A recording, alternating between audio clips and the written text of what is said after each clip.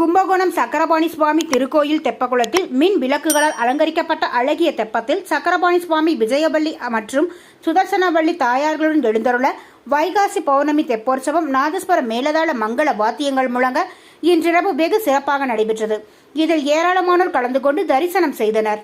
கும்பகோணம் ஸ்ரீ சக்கரபாணி சுவாமி திருக்கோயில் அமிர்த புஷ்பகரணியில் வைகாசி பௌர்ணமியை முன்னிட்டு இன்றிரவு உற்சவர் ஸ்ரீ விஜயவள்ளி தாயார் மற்றும் ஸ்ரீ சுதர்சனவள்ளி தாயார் சமேதராய் ஸ்ரீ சக்கரபாணி சுவாமி பட்டாடைகளுடன் விதவிதமான ஆபரணங்கள், விசேஷ மலர் மாலைகள் அணிவித்து சிறப்பு அலங்காரத்தில் நாதஸ்வர மேலதாள மங்கள வாத்தியங்கள் முழங்க பல வண்ண மின் விளக்குகளால் அலங்கரிக்கப்பட்ட அழகில் தெப்பத்திற்கு எழுந்தருள வைகாசி பௌர்ணமி தெப்போற்சவம் இன்றிரவு சிறப்பாக நடைபெற்றது.